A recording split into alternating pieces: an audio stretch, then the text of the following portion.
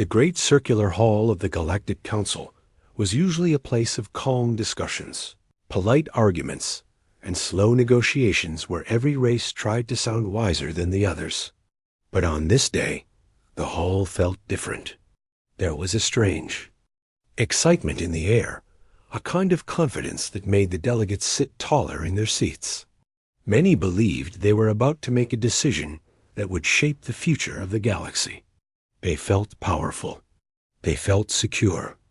And most of all, they felt absolutely certain they were right. Representatives from dozens of star systems filled the hall, their voices echoing across the chamber as they exchanged opinions about Earth, an isolated blue planet on the edge of a quiet star. For years, Earth had been nothing more than a rumor to most of them. A distant world with no political influence, no large military, no advanced technologies, and no alliances. A place where the inhabitants, called humans, were said to still argue among themselves and remain busy in their own small problems.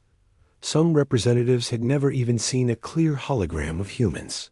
They only knew the old stories, written in dusty reports left unread for decades. These stories painted humans as harmless, fragile, and far behind the rest of the galaxy's civilizations. That image gave the council members a sense of safety. And with safety came confidence. Too much confidence.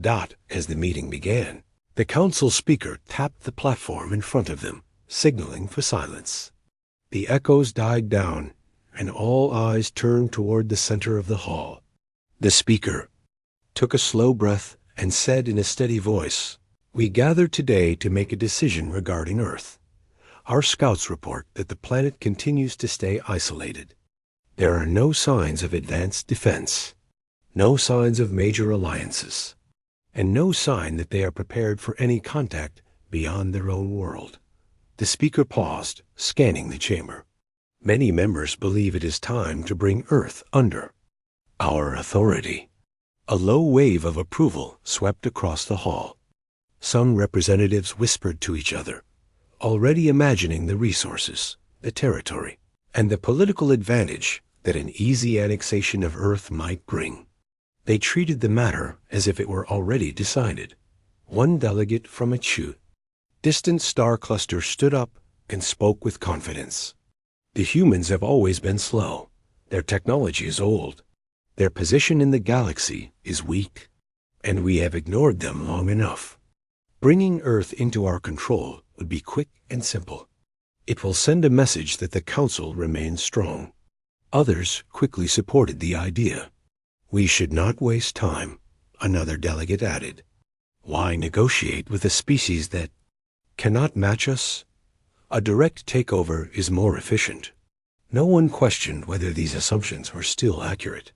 No one asked whether humans had progressed quietly or whether they had hidden abilities the Council had never seen.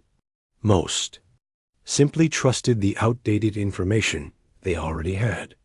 After all, believing they were superior made them feel comfortable. A few cautious voices tried to ask for updated intelligence, but they were drowned out by louder supporters who believed they saw an opportunity that should not be missed. In their minds, Earth was not a threat. It was a prize waiting to be taken. In the center of the hall, the speaker raised a hand again. "If the majority agrees," the speaker announced, "we may proceed with a formal vote. The question is simple.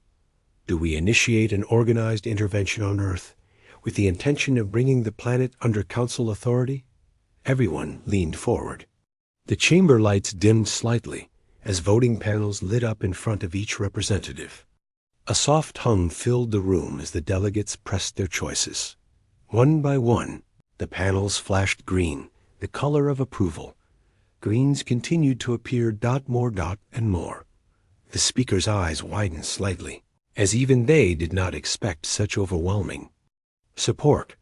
Only a very small number of panels turned red, showing disapproval. But they were so few that they barely changed the outcome. The final result appeared above the chamber in a large glowing hologram. The majority had voted yes.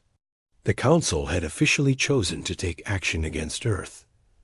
A quiet buzz of excitement flowed through the hall, growing louder with every passing second. For many delegates, the decision felt like a victory in itself.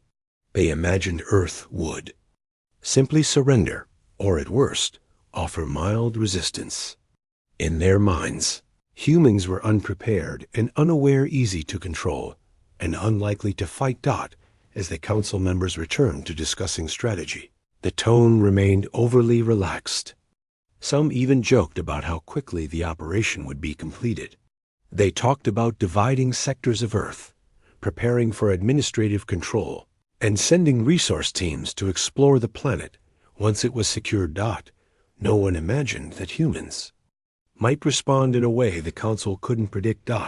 No one considered that humans might possess technologies the council had never seen. No one believed that Earth might be watching them at that very moment, while the council continued their confident discussions. A small alert flashed on a side screen, an unnoticed message from a junior analyst who had found strange readings near Earth. The message warned of unknown signals that did not match any known human technology. But in the excitement of the moment, the alert was ignored, minimized, and forgotten beneath piles of overconfidence. As the meeting went on, the speaker addressed the hall again. "We have acted in unity today. We will send a vanguard fleet to Earth. Their purpose is to secure the region, analyze the human response, and begin the first phase of the operation." Delegates nodded proudly. Many of them had no doubts. They believed Earth would panic the moment the fleet arrived. They expected messages begging for peace. They expected humans to be overwhelmed, confused, and powerless. One representative leaned back and whispered to another, "This will be the easiest campaign in council history." Another replied, "Yes, Earth will fall before they even realize what is happening." Their certainty created a false sense of victory won, built not on facts, but assumptions. By the end of the meeting, the hall was filled with satisfied murmurs. Representatives left the chamber with relaxed expressions, confident that their decision was not only correct, but wise. They believed they were acting for the good of the galaxy. Outside the council building, news of the vote spread quickly across nearby systems. Messages were sent, preparations began, and the Vanguard fleet received its orders. Chart a direct path to Earth, approach without negotiation, and begin the process of securing the planet. The fleet's command teams, trusting the council's confidence, prepared for what they assumed would be a simple mission. They studied the old reports about humans' reports, filled with outdated descriptions and half-truths. They trained for basic resistance, not expecting anything more serious. As the ships powered up and lifted from their docking stations, the atmosphere on board remained casual. Some officers spoke about how Earth might offer unique natural landscapes to explore once the operation was complete. Others wondered what human cities might look like up close. Their tone was almost excited, as if they were travelers headed toward a peaceful, harmless world. But far away, beyond the council's borders, Earth rotated quietly in the darkness of space. A blue world covered in oceans and continents, surrounded by silence. To any distant observer, it still looked peaceful and unprepared, exactly how the council imagined it. Yet beneath that peaceful appearance, something else waited, something the council never prepared for, something that would shatter their certainty in ways they could not yet imagine. As the fleet jumped into faster-than-light travel, the council celebrated their decision, unaware that their confidence was built on a foundation that was already cracking. They believed they were acting from strength, but they were stepping into the unknown with outdated knowledge and unchecked arrogance. They had voted to invade Earth, and they believed the story would end there. With their victory, they had no idea that the real story was only beginning. The Vanguard fleet moved through space with calm confidence, gliding across the darkness like a group of travelers heading toward a peaceful mission. Inside the ships, Everything seemed under control. Officers walked across clean metal floors, checking screens and giving instructions in steady voices.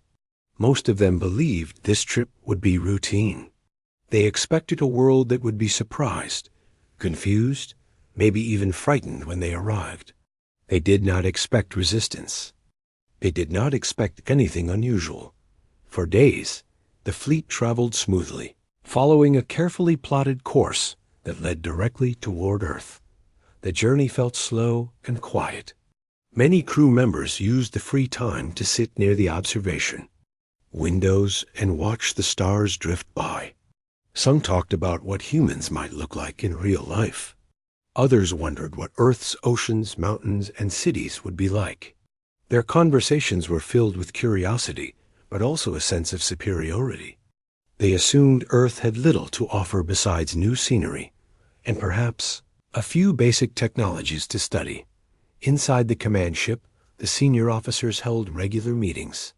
They reviewed old files on human communication, behavior, and tools.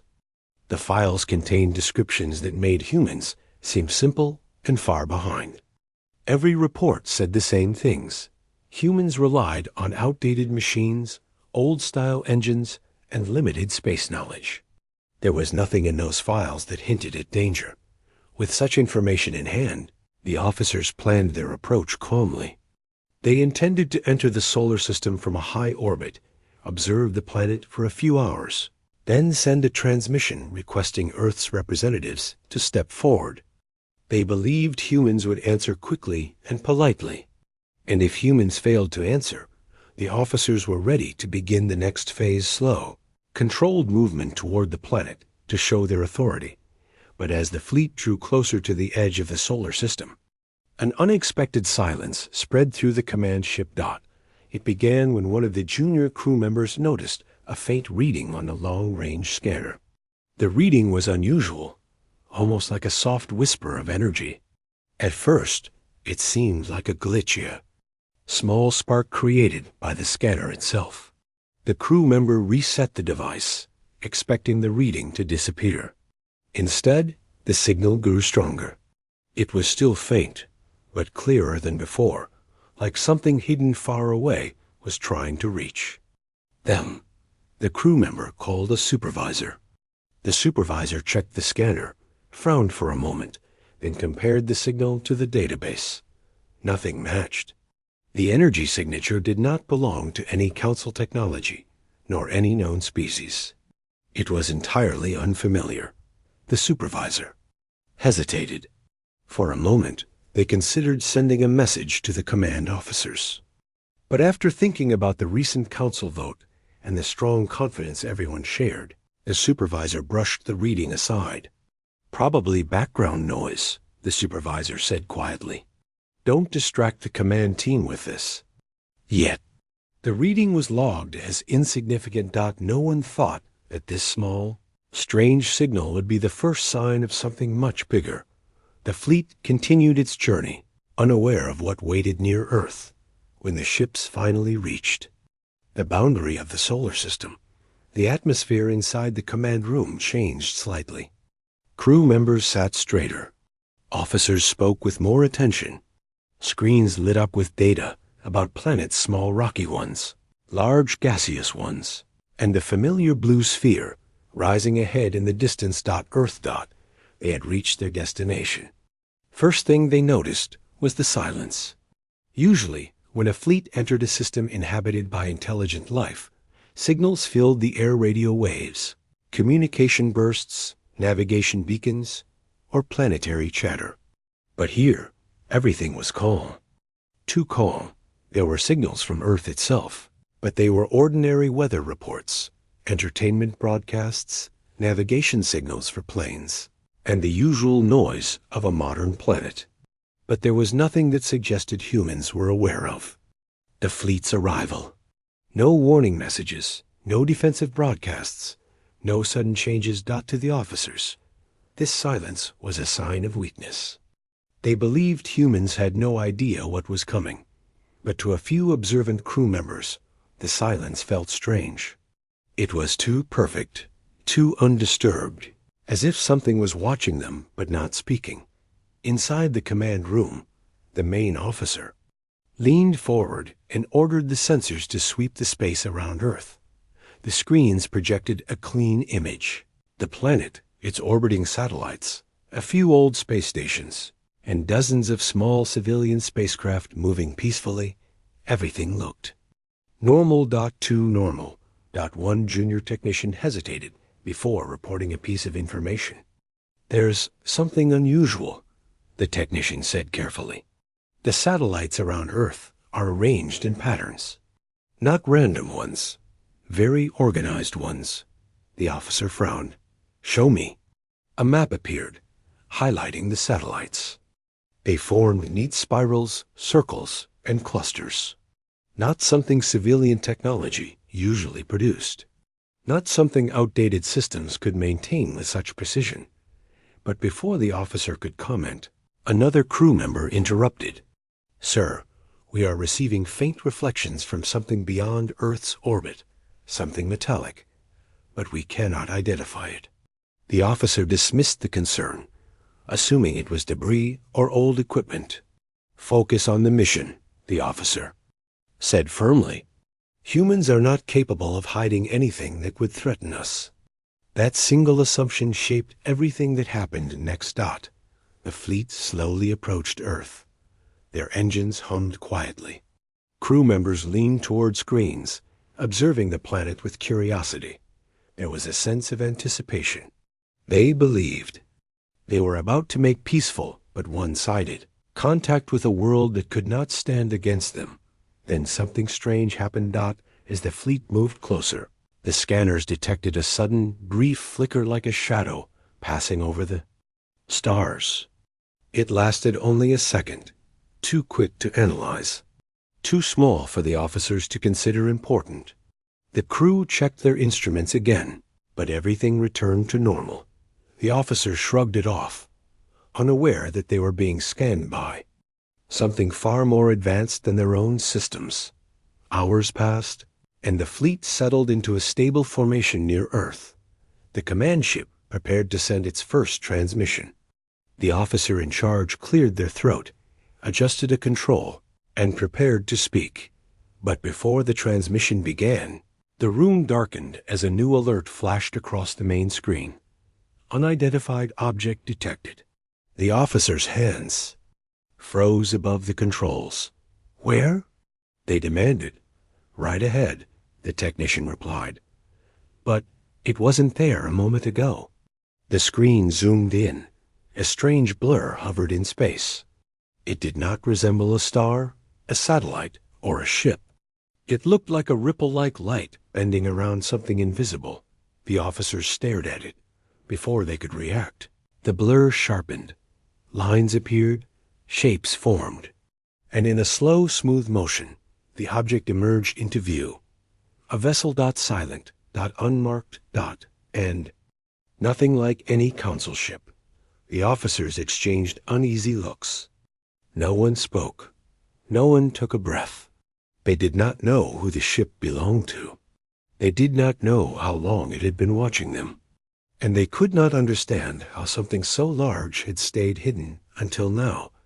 One officer whispered, "Is that human?" No one answered. Before the fleet could scan it, the unknown ship sent a single signal, a short burst of data that flashed across every screen. The signal was calm, not aggressive, not hostile, but the message was clear. "We see you." Those three simple words spread through the command ship, echoing in every mind. The officers had never imagined humans would detect them so quickly. They had never imagined humans could hide ships that could appear without warning. For the first time, a quiet, uncomfortable feeling crept into the fleet. Still, the officers forced themselves to stay confident. "Hold your positions," the command officer said, struggling to maintain a steady voice. "This is likely a bluff, an attempt to appear stronger than they are." But deep down, many crew members felt something else. Humans were not supposed to have ships like this. They were not supposed to have technology that could hide so perfectly. They were not supposed to detect a council fleet. Here they were. And somewhere out there, beyond the silence, Earth was watching. The Vanguard fleet had expected fear. Instead, they found mystery. Something was wrong with this mission, and even though the officers refused to admit it, everyone felt it. The silence around Earth was no longer comforting. It was unsettling, because silence meant someone was waiting.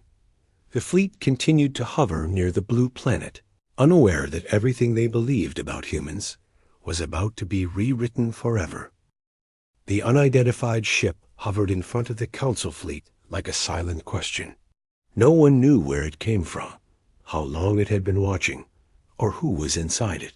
The fleet had arrived expecting to see old human satellites, weak technology, and maybe a few small space stations. They did not expect this. They did not expect something that looked far more advanced than anything on their own ships. And they certainly did not expect it to appear as if it had been waiting specifically for them. Inside the command ship, the atmosphere had changed completely. Moments ago, officers spoke with confidence and ease. Now, their voices were tight, their movements careful. Crew members leaned over their screens with furrowed brows, checking and rechecking equipment, hoping the unknown vessel was just a mistake, a glitch, an illusion, anything other than what it appeared to be. But it was real. Very real. The ship in front of them was smooth and dark, almost like a shadow given shape. Its surface reflected faint bits of starlight, but in a strange way that made it seem alive, as if it absorbed the light instead of bouncing it back. There were no visible weapons, no engines, no windows, nothing that the Council fleet recognized. Simply existed there, unmoving, calm, silently observing the fleet. The command officer finally broke the tension. Scan it again. Full analysis. The officer's voice sounded steady, but everyone could hear the strain underneath. The scanners hummed softly, but the results made no sense. Every reading came back blank. No identifiable power source. No readable materials. No signals coming from inside. It was as if the ship was made of something that refused to be studied. "It's blocking our scans," one technician whispered. "I've never seen anything do that." Another added quietly, "It's like it knows exactly how our systems work." That thought alone made the entire room fall silent. The officer knew they had to appear strong. "Open a communication channel," the officer said. "Let's hear what they want."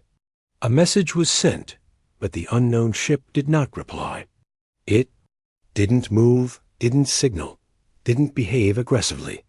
It simply watched. The silence was worse than any direct threat. In the quietness, the crew felt something they hadn't felt since the beginning of the mission. Uncertainty. Minutes passed. No one spoke. No one breathed too loudly. Even the hum of the ship felt different, sharper, heavier. Then suddenly, without warning, a new signal appeared on the screens.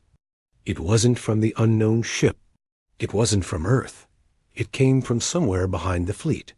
Another object detected. A crew member reported with a shaky voice. Everyone turned sharply toward the rear displays. Another blur. Another.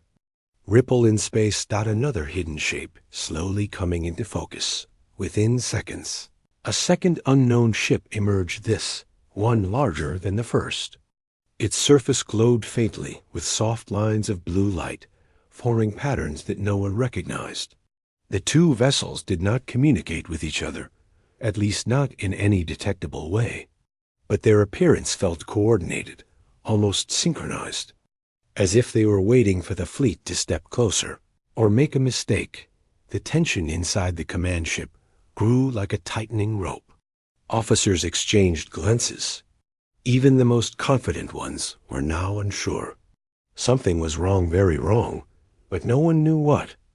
What if these ships belonged to Earth? Someone finally whispered. The room went completely silent. It was a question. No one wanted to ask, because it made every assumption they had believed about humans collapse instantly. If humans had built ships like these, it meant their technology was not weak, not old, not simple, not behind. It meant humans had kept secrets from the galaxy. It meant the Council's entire understanding of Earth was wrong. The command officer tried to stay firm. "We proceed with the mission," the officer said, though the voice trembled slightly. "Send our planned message to Earth." The communication system activated. A clear, calm signal was prepared. The officer took a steady breath and began. Speaking, "This is the Galactic Council. We have entered your system for peaceful purposes. Identify yourselves and prepare for contact." The message was sent. Seconds passed, then minutes. There was no answer from Earth. Only silence. Except this silence felt different. It felt conscious, like someone was listening and choosing not to speak. The officer sent the message again, this time with higher priority. And again, and again. But each time, the result was the same nothing. Earth did not respond. It didn't even acknowledge the message. "Maybe they can't hear us," one officer suggested, but another shook their head. "If they have ships, like those," they gestured at the silent vessels outside, "they can hear everything." The idea sank into the minds of everyone in the room. The silence was not a sign of weakness. It was a sign of preparation. The command officer ordered the fleet to move forward slightly, just enough to test the waters. Engines hummed as the ships shifted their formation. The unknown vessels remained still. They didn't react. They didn't retreat. They didn't attack. They simply allowed the fleet to move almost as if watching what the Council would do next. But then something happened that none of the officers expected. As the fleet moved, the unknown ships shifted as well. Not aggressively, not suddenly. They moved like shadows sliding across glass, smooth, controlled, synchronized. It was almost graceful, but the message it sent was clear. Every move the fleet made was being monitored. The officers realized they had no control over the situation. They didn't lead the encounter. They were participating in someone else's plan. One officer tried a different strategy. "Prepare a deep scan of Earth. Maybe the planet itself will give us answers." The scanners activated again, sweeping across the blue sphere in front of them. The results were ordinary at first: clouds, weather systems, oceans, cities, energy grids. Everything looked normal. Until the scanners focused near Earth's orbit. Sharp energy signatures suddenly appeared, so many that the screens filled with red alerts. These signatures were too organized to be natural, too controlled to be accidents. They were arranged in patterns, the same kind of patterns the crew had seen earlier in Earth's satellite formations. This time, the officers paid attention. "What is that?" someone asked. "It looks like a defense network," another replied. "A defense network? Humans don't have that kind of—" But the officer stopped mid-sentence. Because deep down, they realized they had no idea what humans did or did not have. They had trusted old reports, old beliefs, old assumptions. And now those assumptions felt painfully thin. The fleet tried to analyze the strange energy patterns further, but the unknown ships suddenly moved again, blocking the scan. Not aggressively, just enough to make it clear Earth did not want to be scanned. The command officer's heart sank. This was not how a weak species behaved. This was not how an unprepared world acted. Someone finally spoke the words everyone feared. "We may have misjudged them." Before the officers could respond, the unknown ships sent a new signal. It was not a threat, not a warning. It was a message. 3 simple words appeared on every screen. "Final chance. Leave." The message was calm, almost polite, but it carried a strength that made the room fall silent again. The command officer stared at the words, trying to understand what they meant. Were the humans asking the fleet to retreat? Were the unidentified ships part of Earth's defense system? Or was there something else at play, something even more complex than humans protecting their planet? The officers began arguing quietly among themselves. We should stay and complete the mission. We should retreat. This is not what we expected. They could be bluffing. Bluffing? They tracked us from the moment we entered the system. Earth should not have this kind of technology. Maybe Earth has changed. The arguments grew louder. Tension filled the room. No one knew what the right answer was anymore. And then, something unexpected happened. The unknown ships turned slowly, quietly, and faced the fleet directly. Not in an aggressive formation, but in a controlled, disciplined way that felt like a demonstration of capability. They were showing the fleet something. They were showing that they were ready, not to attack, not to flee, but to defend. The command officer felt a chill run through their chest. Everything the Council believed about humans was collapsing. The Council had thought they were about to meet a species that still struggled with simple space travel. Instead, they had met a species that was hiding its true strength. A species that had been watching the galaxy. A species that had been preparing quietly. A species that did not want to be invaded.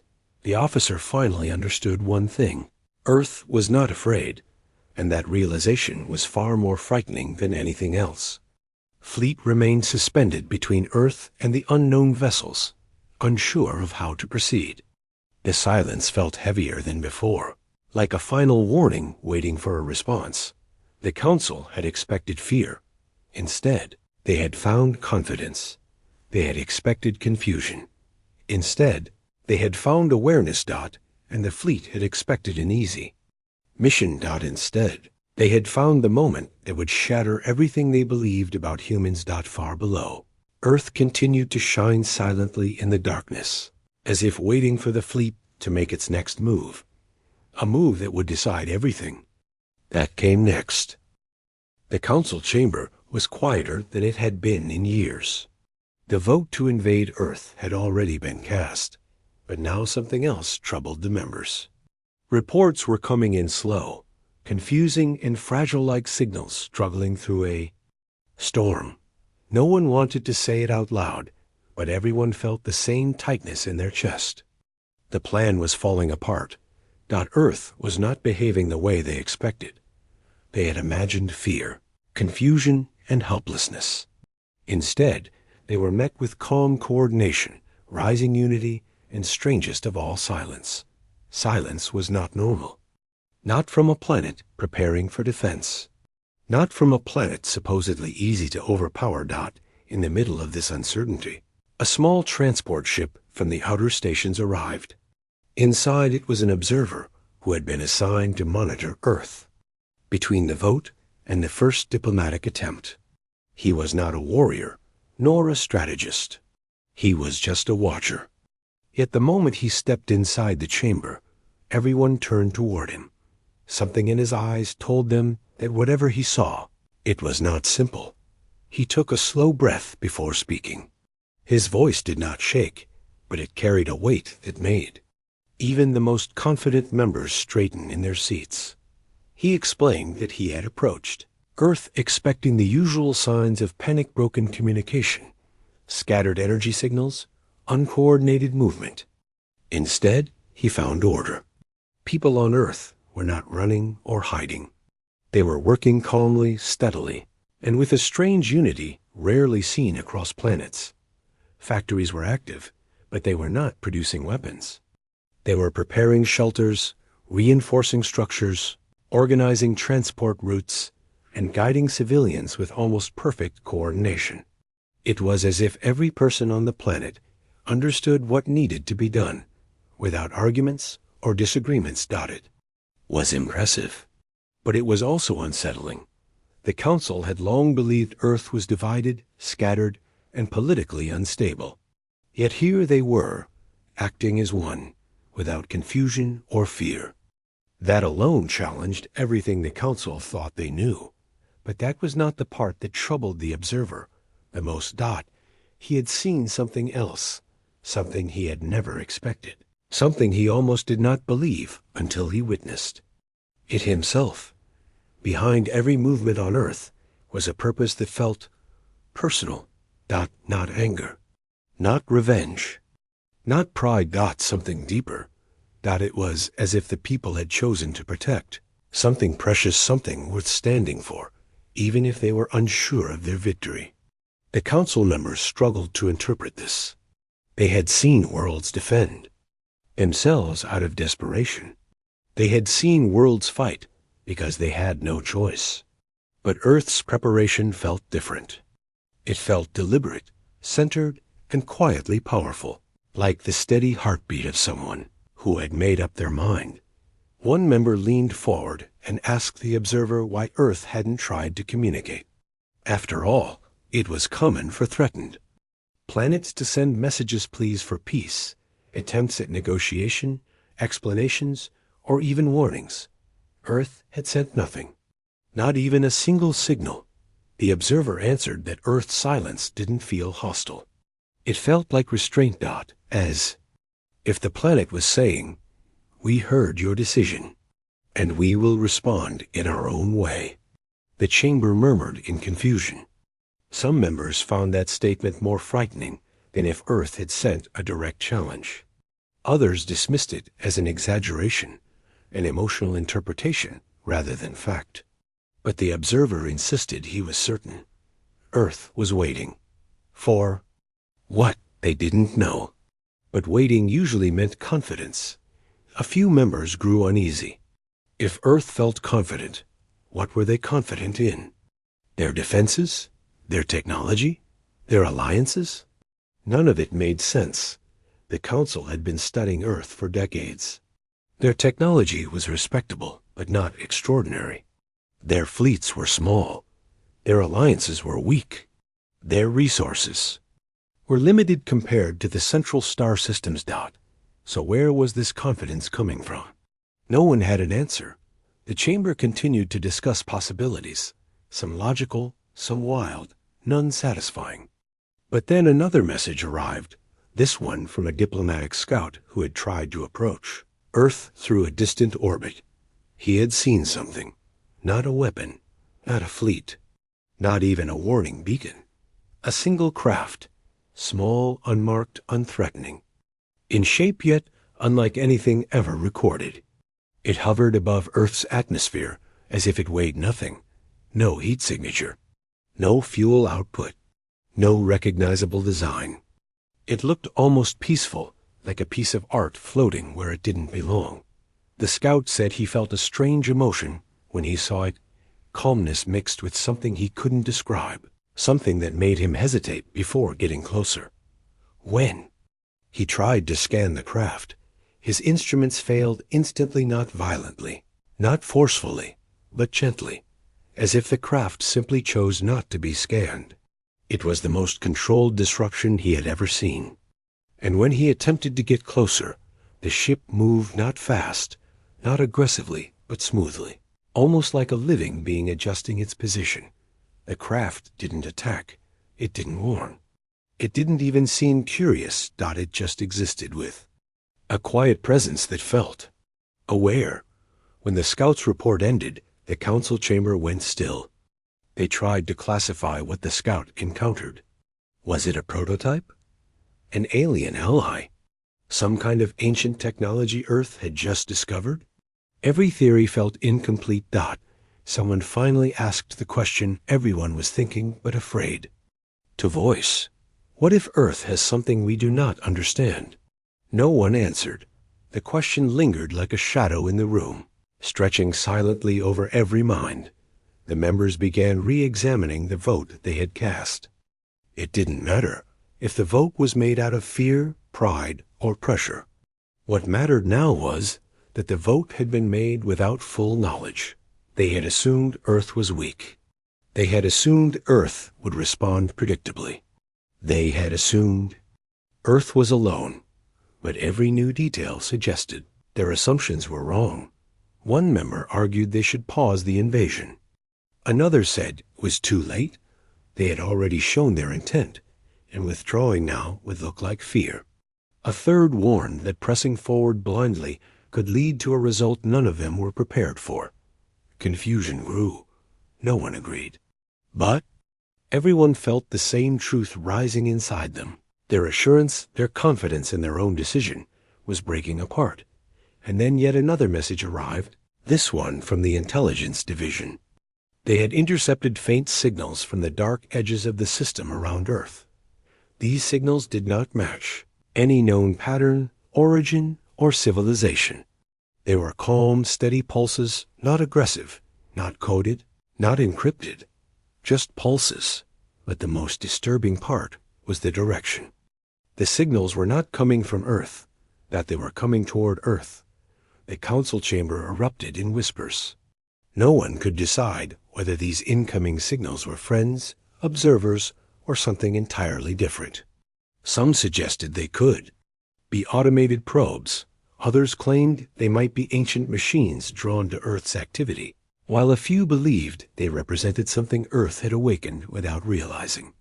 The truth was simple but heavy. Earth was no longer just a target.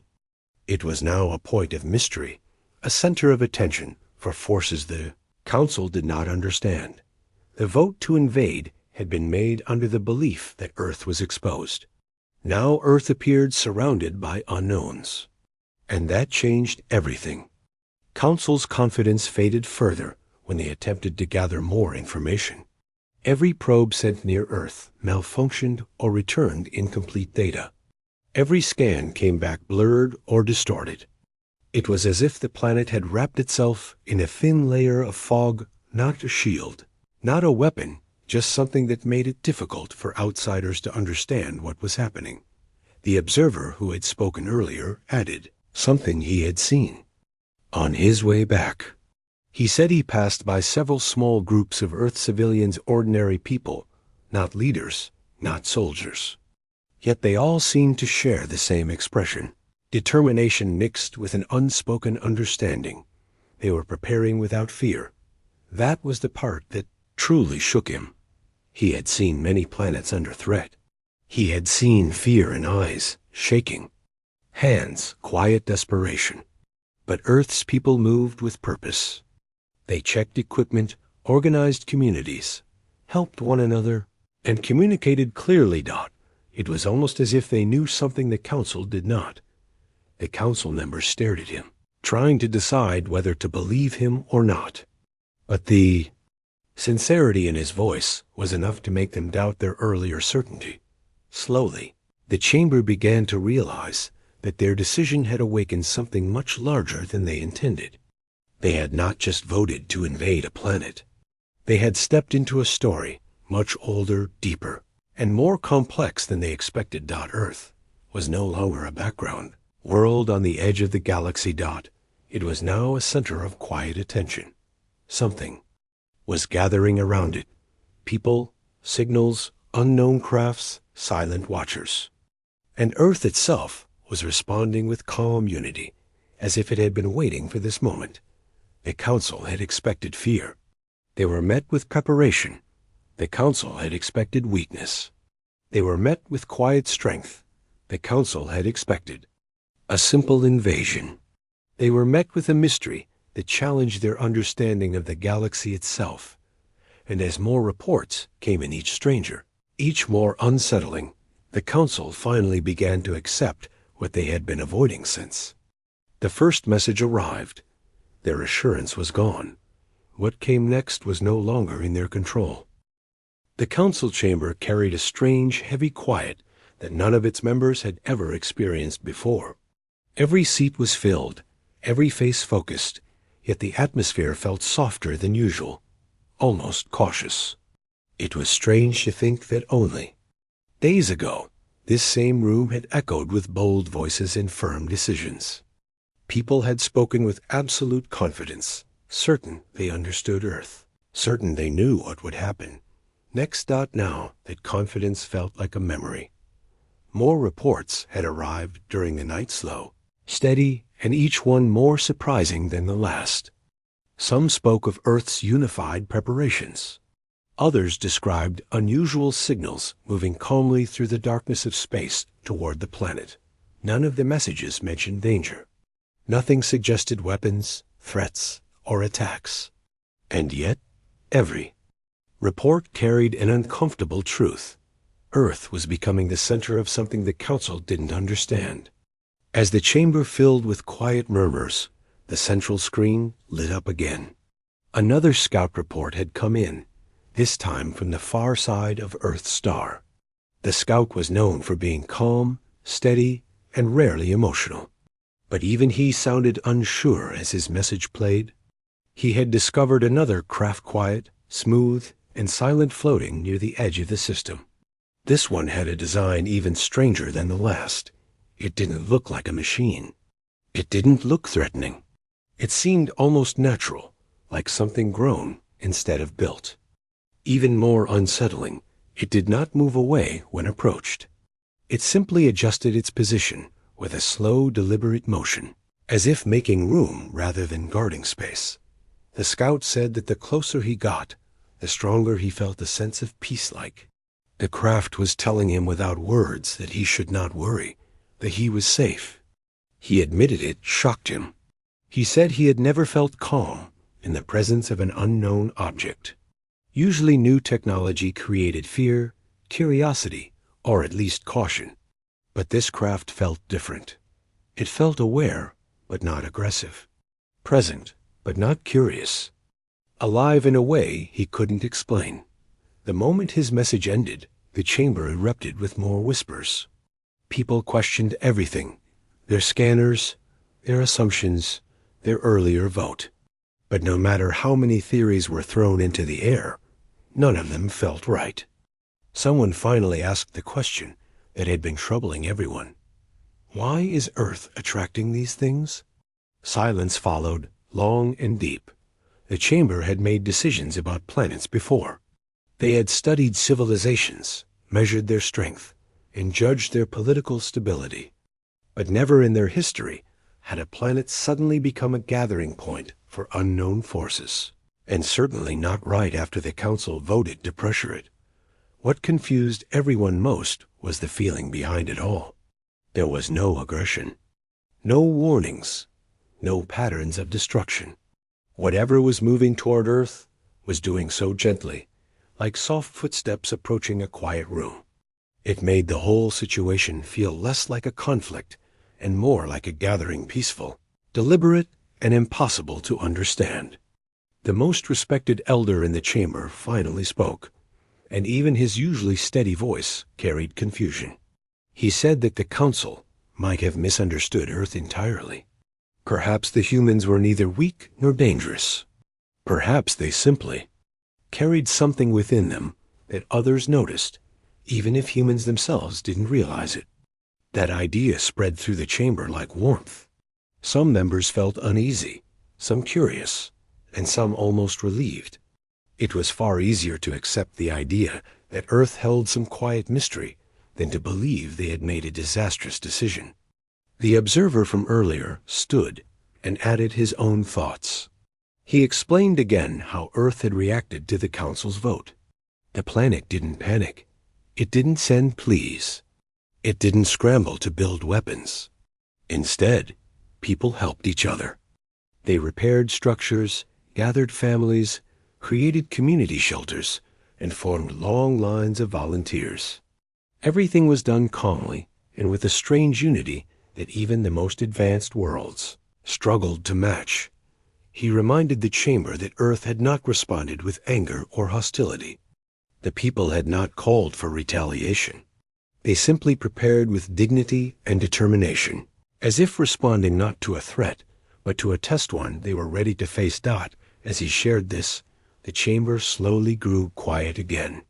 And in that silence, something surprising began to rise, a sense of respect. Not fear, not intimidation. Respect. For the first time since the vote, the Council members began to see Earth not as a target, not as a problem, but as a world facing something far beyond the Council's understanding. And instead of collapsing or panicking, Earth was standing steady. Another message came in, this one from a research team monitoring the signals moving toward Earth. They had finally detected something new. a faint pattern hidden within the pulses. The signals were not random. They carried rhythm, like a heartbeat. A calm, steady, reassuring heartbeat. No instructions. No threats, no warnings. Just presence. The research team suggested that these signals might be drawn to Earth's sudden shift in unity. Many worlds across the galaxy had populations that moved in different directions. But Earth, at least in this moment, appeared centered, millions of people acting in harmony. It was possible the signals responded to this unity the same way birds respond to changes in weather or fish respond to changes in currents. The idea was astonishing. But the more they discussed it, the more it made sense. Earth had become a beacon, not because of strength, not because of technology, but because of intention. That realization changed something deep inside the chamber. People looked at each other with a sense of awakening. Their earlier vote to invade suddenly felt not just misguided, but out of place. They had tried to act like the galaxy's decision-makers, but Earth was showing them a picture of something much bigger, something the Council had not even considered. For the first time, someone suggested they send a message of apology, not fear, not surrender. A simple apology. The room froze. Apologies were rare in the Council's history. They prided themselves on logic, strategy, and strength. But the situation they were facing felt different. The more they understood, the more they realized they had acted too quickly, too confidently, without understanding the depth of Earth's situation. Another member proposed sending a delegation, not to negotiate terms or assert authority, but to learn, to observe, to understand what was happening around Earth and why it had drawn such gentle but powerful attention. Slowly, one by one, members began to nod. A vote was taken again, but this time the room did not echo with pride. Voices were softer, more thoughtful, almost humbled. When the final result appeared, the message was clear. The Council chose peace, not out of fear, not out of pressure, but out of respect and curiosity. They agreed to pause all earlier decisions, to halt any movement that could be misunderstood, and to prepare a respectful message to Earth. It was simple, calm, and sincere. In it, the Council expressed their wish to understand, to observe, and to acknowledge that they might have acted too quickly before. When the message was complete, it was transmitted toward Earth on a gentle, open channel. No encryption, no hidden signals, no conditions. Just honesty. What happened next became the moment that truly shattered the Council's sense of assurance. For the first time since the vote, Earth responded. Not with words, not with technology, not with warnings, but with light, a slow, soft, expanding glow rose from the planet's surface, not bright enough to blind, not sharp enough to alarm. Just a warm light that spread outward like the sunrise touching the edges of space. It moved with the same calmness the Council had been observing for days. It wasn't a weapon. It wasn't a shield. It felt like acknowledgement, quiet, peaceful, and deeply human. The chamber watched in complete silence as the light spread, then gently faded. It left behind a simple message on their screens, written in words the entire galaxy could understand. We hear you. Nothing else. No demands, no anger, no fear. Just recognition. The chamber felt something they hadn't expected. Relief. A planet they had judged, the world they had misunderstood, had chosen peace as well. At that moment, everything the Council believed about Earth changed. It was no longer a mysterious target or a misunderstood world. It was a planet with quiet strength, deep unity, and a calm presence that even the unknown signals approaching seemed to respect. As the chamber slowly emptied, each member carried the same quiet realization. Their vote to invade had been based on assumptions. What they discovered instead was a glimpse into a world capable of something far greater, something steady, peaceful, and quietly powerful. Their assurance had shattered. But in its place, something new had formed, respect, curiosity, and a desire to understand the humans they once underestimated. Earth had spoken, not loudly, not aggressively, but clearly, and the galaxy would never forget it.